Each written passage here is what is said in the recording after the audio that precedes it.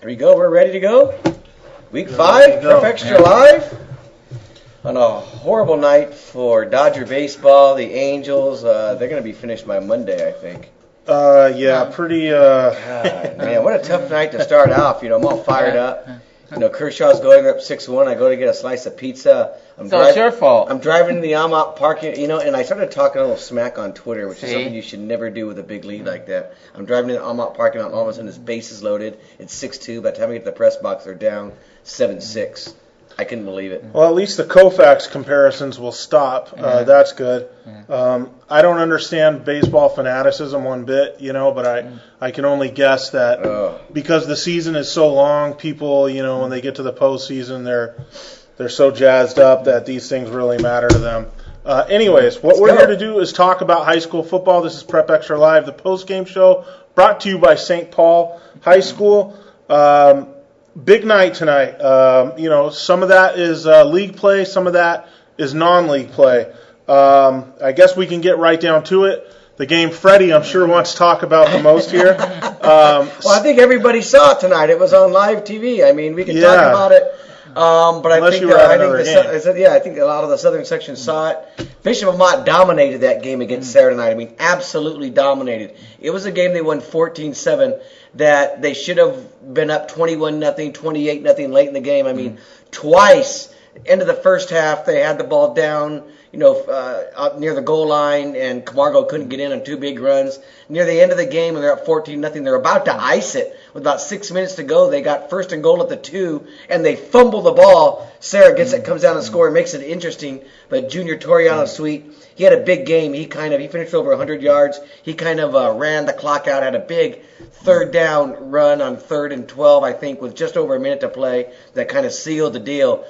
But this is what I was talking about, Aram, last week. In these games in the Mission League, anyone can beat anyone in any given night. Amat, we didn't get to watch him last week against Crespi, and you had talked about, you made a big deal that maybe Crespi's not that good because of the teams they haven't played. They beat Loyola, I think, pretty handily tonight. They're 2-0. I mean, it's a league, I think, week to week. You can make your predictions, but there's no guarantees. Amat's going to go into Alamany next week. Who knows what's going to happen? But they're right back in this mix.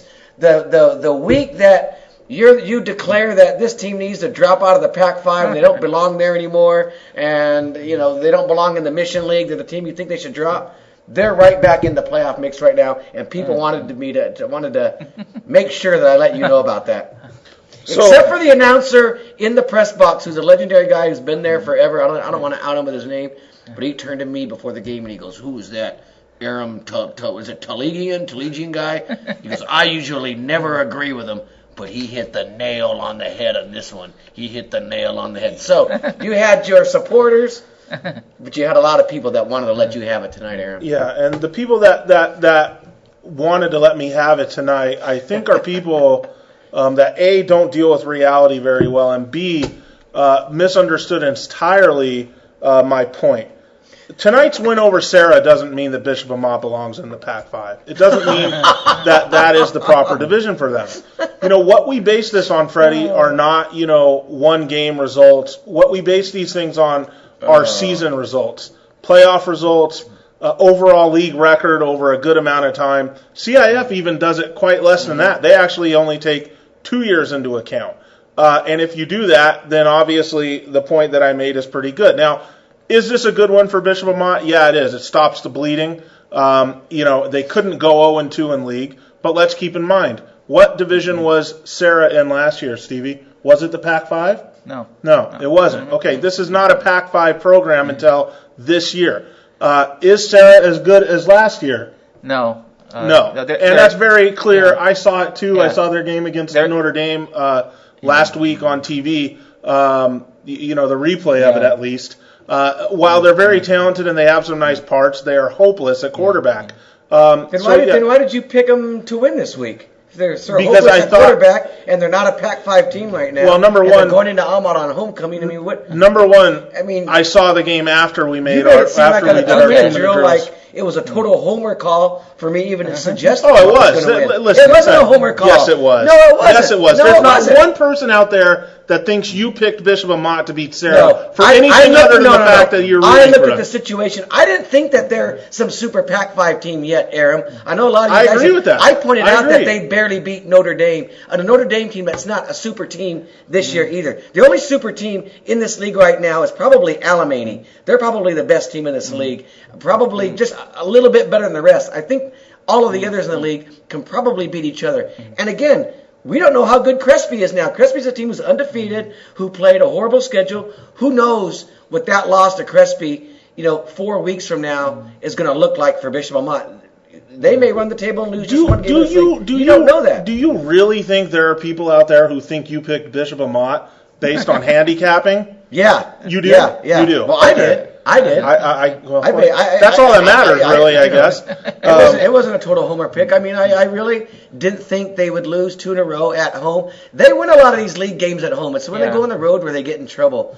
And I thought last week's was a winnable game. And tonight, it wasn't even... I mean, this wasn't a close... It was a close game, the score. They had to ice it. But it's a game they should have put away. They had another touchdown dropped in the end zone. I mean, I think even Mike, the cousin, was telling me he was watching the Fox broadcast right after this, and they said Amat should have been up 21-28, nothing this game. They absolutely dominated, but they also talked about you never know what Amat team is going to show up from week to week. What I learned tonight is when this team doesn't turn the ball over, doesn't make stupid mistakes, and tonight they made stupid mistakes, and it almost cost them. But when they play, if they could play a close to perfect game where they don't turn the ball over, they score in the red zone when they get there, they can play with anybody. Anybody, I shouldn't say anybody, not St. John Bosco, maybe not the top 2 or 3 teams at the top, but in this league they can play with anybody. What about Long Beach Poly? With their score? 99-9. I don't know if they're ready for 99-9. But let Amat play Compton. We'll see what happens. Yeah, that was that's a non-local score, but that's got a lot of people charged up. That's Elijah Sante's Compton Tar Babes. That Long Beach Poly smoked, which is, going back to our whole Amat debate, a lot of people like to bring up the Moore League and saying, like, well, you should drop like 5 teams out of the Moore League, out of the Pac-5. Right. But when you talk about dropping teams out of the Pac-5, when you talk about who are you going to replace them with? But when you talk about dropping teams out of the Pac-5, and this is the whole discussion that I think upset some people earlier in the week. I mean, is Amat ready to win a championship? No. But are they competitive with playoff teams? Yes. It isn't like these teams at Long Beach Poly are playing the bottom half of the Mission League Aram that aren't even competitive, that lose games. When is Amat are they competitive with playoff teams? Yes. Okay. Have they won more than one playoff game since 2006? Aram, they're in. No, it's about being competitive. Aram, it's not about being competitive. Aram, competitive doesn't matter. Every year, Aram, only 4 teams can go to the only 8 teams can win a playoff game in the Pac-5. Right. Do you drop everyone else out? I mean, who are you going to put in there if you take them all out? Only 8 teams can win a game. What do you base belonging in a division on? Being competitive in their league. All of these games that go back and forth. They're not getting blown out. This wasn't dropping St. Paul because it's not about not getting blown out. Or nothing to people. It's not about not getting blown out. It's not about being competitive. It's about playoff wins. That's what it's about. There's one since 2006. I bet if you went through all of the Pac-5 teams since 2006. More than half would be in a similar situation with Amat. Maybe even 2/3. So what does that mean? We should be happy that they're mediocre? That means that no. It means that yes, they're not ready to win a championship in the Pac-5, but also they're not one of the Aram. You're not winning a championship and not winning a playoff game. Do you know how much room you're not between the two of those? You're not understanding the whole point. Yeah, because you keep saying they're not ready to win a championship. They're not even ready to win a playoff game. Aram. Do you not understand that? Are they one of the best 16 teams in the Pac-5 annually over the last 7 years? 16? Yeah, because 16 teams make the playoffs. I didn't know. No, I wouldn't say 16. Well, then they made the playoffs 6 out of 7 years. I would lengthen that number out to 6 out of 7 years, which would make them one of the top 16 in the best playoff division in Southern California, maybe the country. Right. Top 16, 6 out of 7 years. And there were probably, in those years, 3 teams in the Trinity League that would have beaten them that didn't make the playoffs. Woulda, coulda, shoulda, Aram. Yeah, 16. No. They made the Sweet 16. Is a 6 out of 7 years. Is a Sweet 16, best playoff division. Making the playoffs isn't the criteria, Fred, especially when you're in a 4 or a 5-team league. They played in a 4 or 5-team league. Aram, how many the criteria for what? Dropping you out of the Pac-5? Making the playoffs. Dropping you out of the Pac-5 is not We're talking about dropping you out of the Pac-5. And making the playoffs is not what you use to judge it. Who the hell bases success on making the playoffs? Is that the world you live in? Making the playoffs? I'm talking about success. It comes down to something really simple. Do they deserve to be in the Pac-5? Yes. No. Yes, because they're a middle of the road team in the Pac-5. They're not. If there are 40 teams in the Pac-5, they're not one of the bottom 20. They're one of the top 20. You get rid of the bottom 20, Aram. That's my whole thing. Are they teetering between 15 and 20? Yes, but you have to leave them up there. You can't drop them all, Aram. 15 and 25, right? I would say that's okay. That's So a good when you're dropping 16 teams, and 25. You're thinking about the bottom 15 that you drop. That's my whole argument. I'm not saying they're ready to win a championship. I'm not saying they're top 10, but I'm saying you can't drop them when they make the playoffs 6 out of 7 years when they're in the Sweet 16. 6 out of 7 times. There are a lot of teams who can't say that, and a lot of teams are that more. So what is their case to stay in the Pac-5? What is it? That we're better than the rest of the Moore League? What's the case? I just gave you my case to stay in the Pac-5. No, it's not playoff wins. I just gave you my case to stay in the Pac-5. They're one of the better than average teams in that division. They're one of the better than average teams in that division. Okay, I'm going to have to think about that for a few days. That's a real strong case, Fred. Yeah, they're one of the better than average teams in that division. Well, I'm trying to be realistic and say, well, how many teams can you drop every time? Or who do you drop? I don't think if you're considering dropping teams from the Pac-5 that Amat's one of the teams that you drop. Many of these years that they just made the playoffs, Fred, they didn't even do it with a winning record in league. Well, one of those years they won it on a night. That's kind of stupid when you say winning record. They're 4 teams leagues. Sometimes you go 1-2. Sometimes you go 2-1. Sometimes there's a 3-way tie. 5-team league. It's tough. Yeah. 5-team league, 1-3. And it's usually one of the 2 best leagues. Yeah, they got in on coin flips on 2 of those years, I believe. The Pac-5, the 2 best leagues are usually the Trinity and the one Amat's in. Do you remember the year? I think it was 2 years ago when Bishop Amat made the playoffs because that night, like some team needed to upset another team. They did that, and then Amat had to win a 3-way coin flip. Yeah, that's one of those years that Amat made the playoffs. It was the night that I learned what it looks like when your Twitter explodes. Right. I reported that score. Right. Okay, so... All right, we got it. Tonight we learned that mediocrity is a good enough reason to stay in the division. Mediocrity. Beating Serra makes you mediocre. Hey, great win tonight. You know what division was Serra in last year? Yeah, they were in senior finals. Serra, Fred. And you can call it their division, but when you look at Southern California rankings, Cal Prep rankings, all that, Serra was a top 20 team regardless of division, and Steve knows that, and so was Chaminade last year. That's why they got bumped up. Right. Based on reputation. Okay. I got it.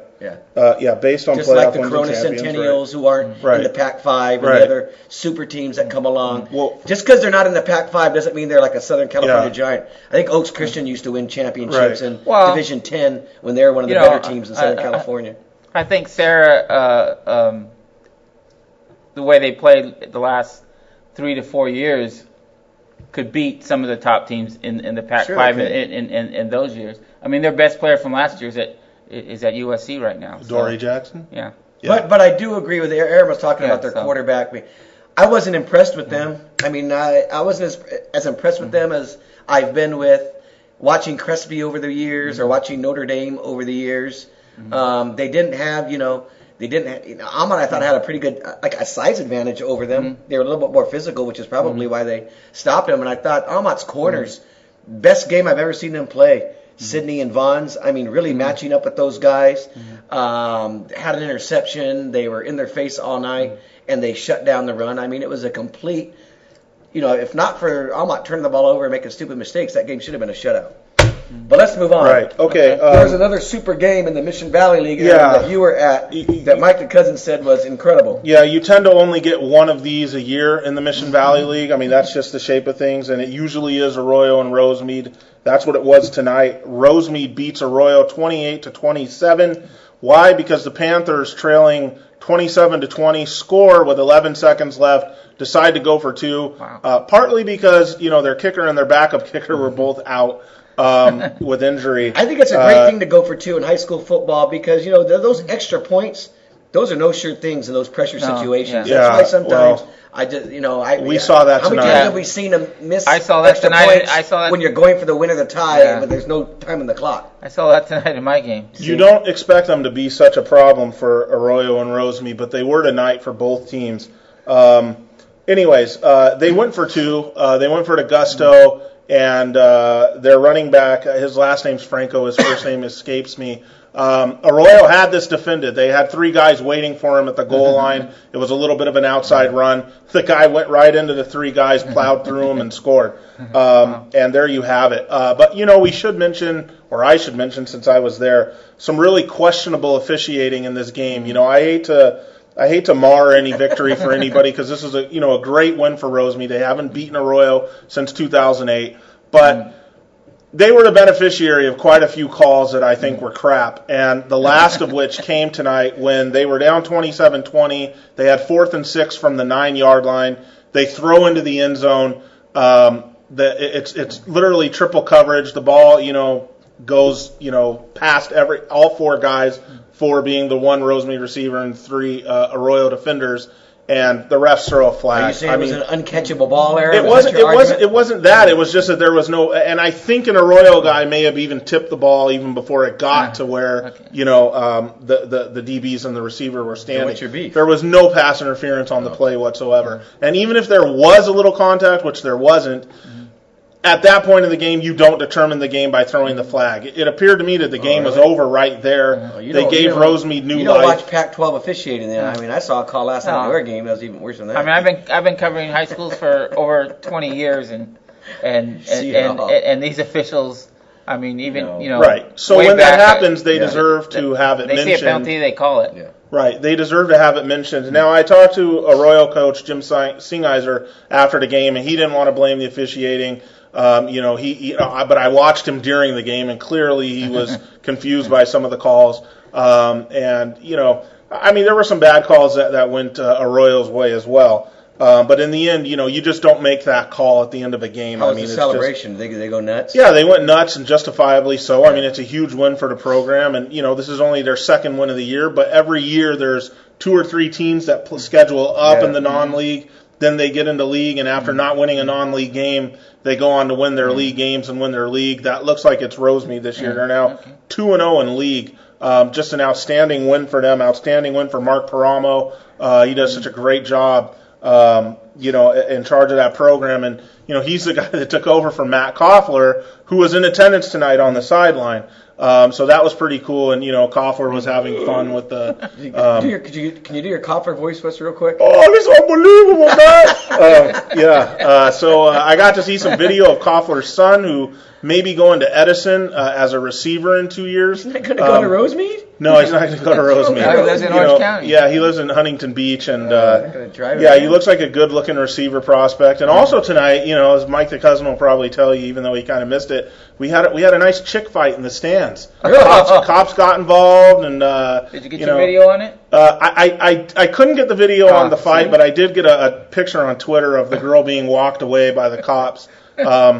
This is what happens when Aram Tolegian walks into the stadium. Women just fight over him. Yeah, that's it's not just the stadium, Fred. It seems to be on social media too. No, listen, it was really interesting. I mean, it was it happened at a point in the game where both teams were like basically going between the 30s and not scoring. So it didn't get really super thrilling until the final few minutes. So yeah, they let her off. She wasn't arrested, but they called her parents. And she was waiting by a cop car, and then I think her dad had to come and get her. So could you imagine that call? Like, hey, excuse me, sir, this is the police department. Well, what happened to Kelly? Yeah. No, nothing, sir. She just got in a fight in the stands, and you got to come pick her up. I mean, that's pretty humiliating. Yeah, I'm sure the parents were actually thrilled after that's all it was. Yeah. Really? The girls, it was just a fight? They weren't fighting over me, but you can bet your butt that they were fighting over some guy. Okay, so anyways, congrats to Rosemead on that big win. And now Rosemead has their bye week coming up, so that ought to be interesting. Big game tonight in the Suburban League. Speaking of women, La Mirada, big win tonight, 40-20 over Bellflower, which was previously undefeated. Yeah, good win for La Mirada. Stevie and I kind of talked about this in our... You guys said blowout. I said close. It was a blowout. Yeah, to some degree. But, I mean, you had to manufacture some drama in this league for La Mirada because they're just going to steamroll the league. Yeah. So it looks cute to just say, hey, this team could be a threat to you guys. And then, the players get all pumped for artificial reasons and they go kick someone's butt. That's what happened tonight in that game. So congrats to La Mirada. And now moving on. I wanted to mention, Freddie, there's not a ton of huge games tonight. Well, I thought the Muir went over Burroughs, 42-14 was impressive. Yeah, I mean, that's Burbank and Crescenta Valley are kind of the teams that are going to be the big threat to Muir this year. But it is. I mean, Muir's, again, one of those teams we talked about. Tough non-league, no wins. They jump into league, and they may run the table. I'll tell you the team that made me look stupid again for the second consecutive week. Glendora, number 2 in the Central, going against number 4, Kaiser in the Central. They were number 4, and they smacked them 28-7. I learned my lesson there. I picked Glendora, and I think that, I'm not going to say I'm back on the bandwagon. The bandwagon that I created, by the way. I'm not going to say I'm back on it. But, Freddie, this team, I mean, they have to have the favorites role now in that division. Do they not? Not even Monrovia, right? Yeah, I mean, I think you're beating Charter Oak, Los Altos, and now Kaiser in 3 consecutive weeks. You have to give it to them. And their only loss, I forget who it is now, but they lost to a very, very good team. San Gorgonio. Who's been playing really well. So it's going to make it interesting. What would you do if you were me, Steve, with Glendora and Bishop Amat? Who's number 1 next week? Well, I think you have to leave Glendora on the top, probably. Yeah, I mean, they beat It's going to be hard for me to do. God, I don't. I'm not sure even I agree with that. Wins over tough Serra, call, but Lido, and Rancho Cucamonga blowout. Compared to Glendora's wins, that's tough. Yeah. I would probably. I normally don't jump teams when they win. But the way Serra was in the state rankings, and for Mott to beat them, that's really impressive. I'll tell you what's exciting about this week is that with Bonita beating San Dimas in the smudge pot yesterday, which was a little bit of a surprise to me. I think it's a surprise to all of us that they got that win, and kudos to Bonita. I was impressed with that. With what I saw. And Verdugo, I was there for the first half, and then I had to leave. Verdugo's he's the real deal there. But their offensive line really impressed me. But this sets up next week with Glendora winning, Bonita winning. They open the Palomares League next week. We already know who will be there. At Charter Oak on Friday night. They're playing at Charter Oak. I think because APU has a game on Thursday night. So Friday and Saturday already tickets. So that's a big Friday night game at Charter Oak High School next week. And I'm going to be there for that one. Wait. Well, I'm going to be there for that one. What? Or do you want Northview? We already decided. Northview and San Dimas. That's another biggie. I think I'm sticking with Glendora Bonita. That's a good game. It'll be nice to see. Maybe I'll go watch Monrovia San Marino. Maybe I'll go over. You need to see Monrovia at some point. I mean, you'll probably see them in the playoffs. I think maybe we'll send Stevie to Alamany. Ooh. Bishop Amat and Alamany. How about that, Stevie? I'm always good for a road trip. Or we'll have Sniglio cover it for us out there. Okay. What if they beat Alamany? Then what are you going to say next week? Then what would your reaction be? Well, I mean, look. I mean, like I said, I'm reserving judgment as far as these things are. Like tonight's win, great win. I'm not, well, I'll say good win. I'm reserving judgment on this team until I see A, whether they make the playoffs, and B, whether they win a game as far as those points go. But, obviously... You know what I learned tonight? This team is good enough to have gone undefeated through this schedule. They are good enough. I know. I'm trying to think of the losses. Obviously, they could have, should have beaten Santa Margarita. They should have won the first game. Chino Hills, they didn't start their quarterback. They didn't start him the first. David Garcia, the first quarter. Who knows how that changes everything? They probably should have beaten Crespi.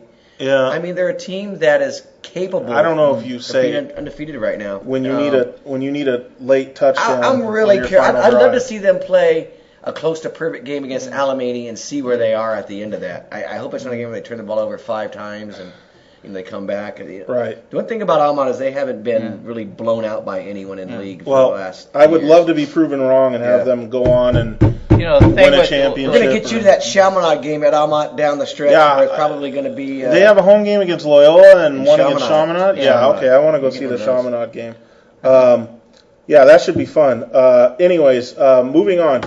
Here's a pretty interesting win tonight in the Mission Valley League elsewhere. South El Monte beats Gabrielino 40-36. Really surprised. South El Monte, I think, started league with a loss last week, or maybe they didn't play a league game.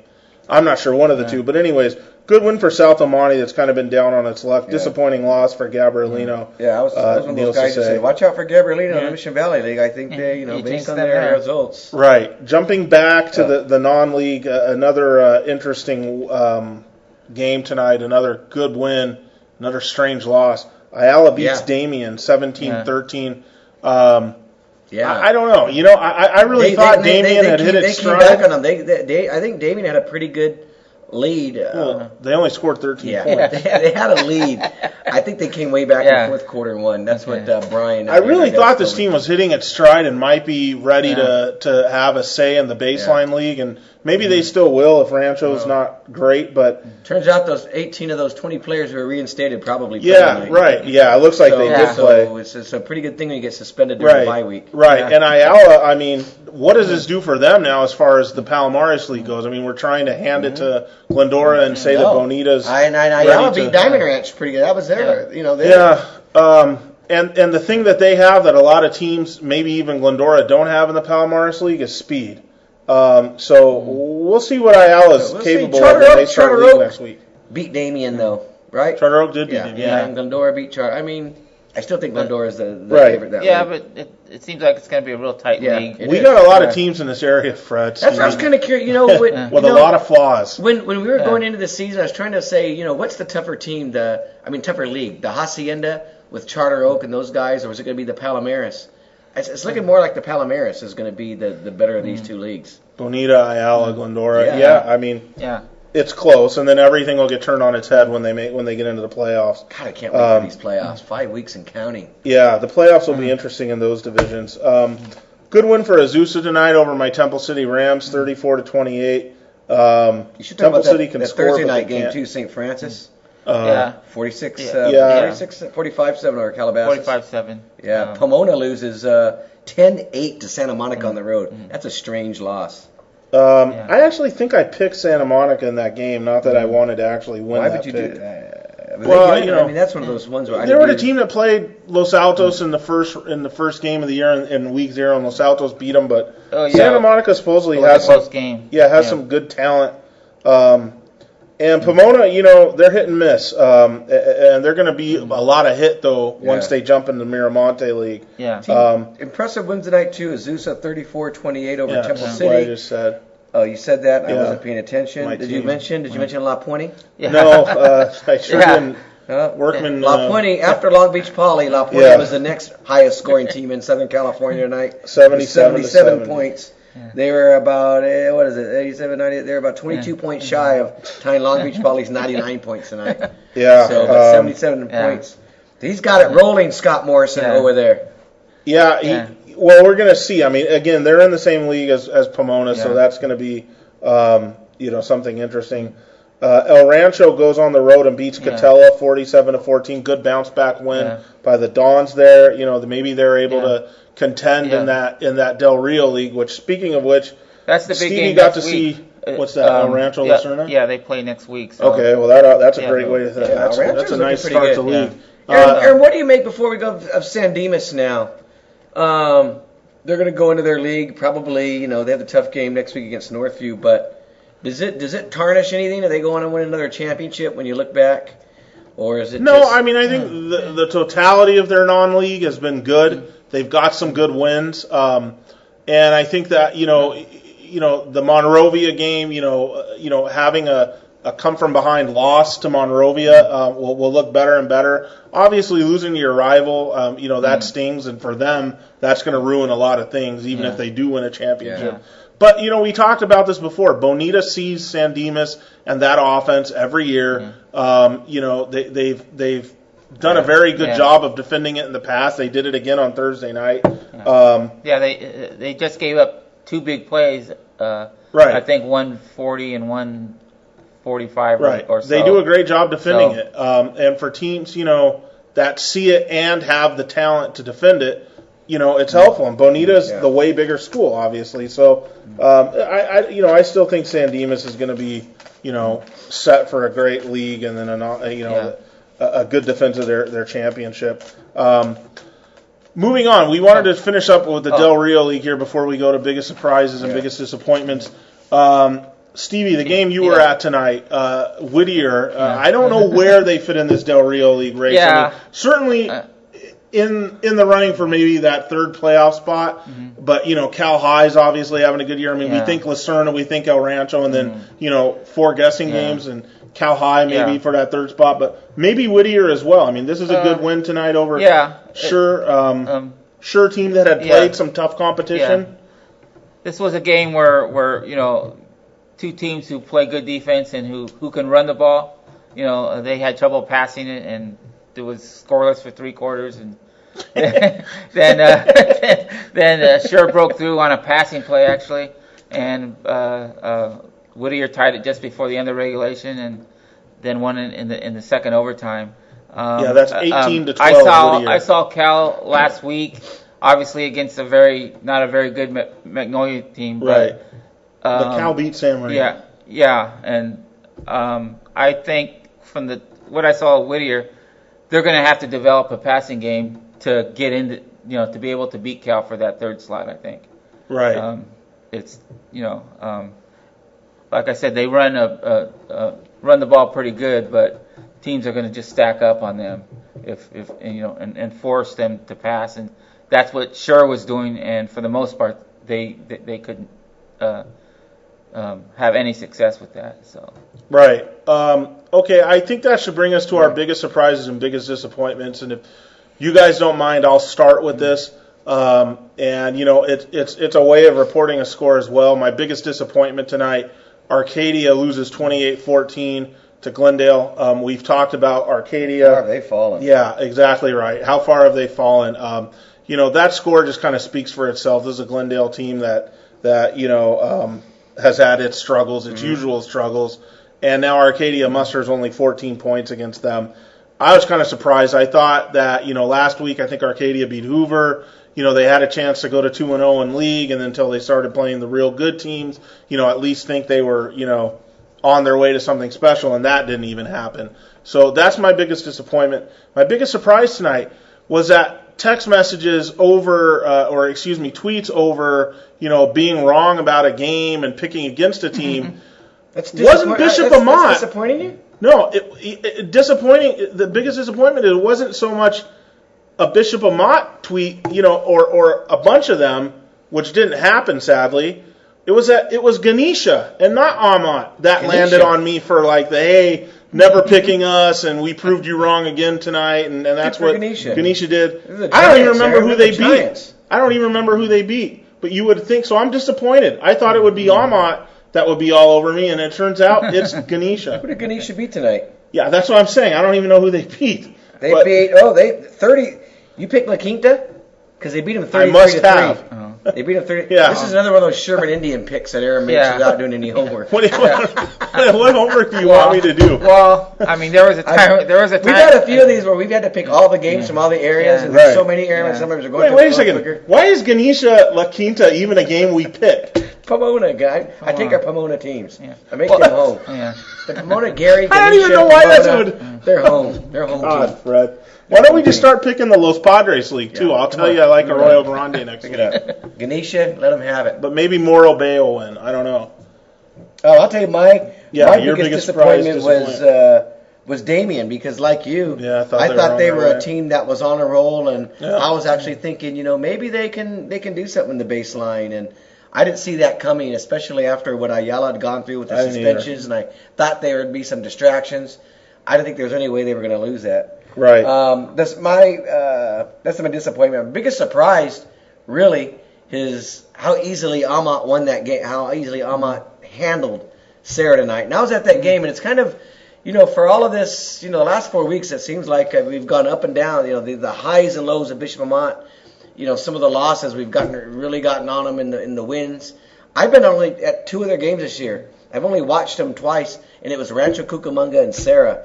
So it's what I watched with my own eyes is a team that's very capable now. I didn't see those losses. I didn't see how they lost last week or what it was. But if you listen to people at the game, they keep saying that this team is so much better than that they should be better than this. Those games shouldn't be that close. So who knows? I agree. I didn't think the Santa Margarita game should have been close. The feeling I'm getting walking in, and I'm walking to the stadium, and people are stopping me, and they they want to offer tailgate food and everything else, but they also want to talk about the team. And but what they're saying is they're better than that, and they know that they're better than that. They were telling me they're going to show up tonight, and they did. So I'm really looking forward. I know I'm not going to see it, but the result of that game against Alameda next week, I think that's the test.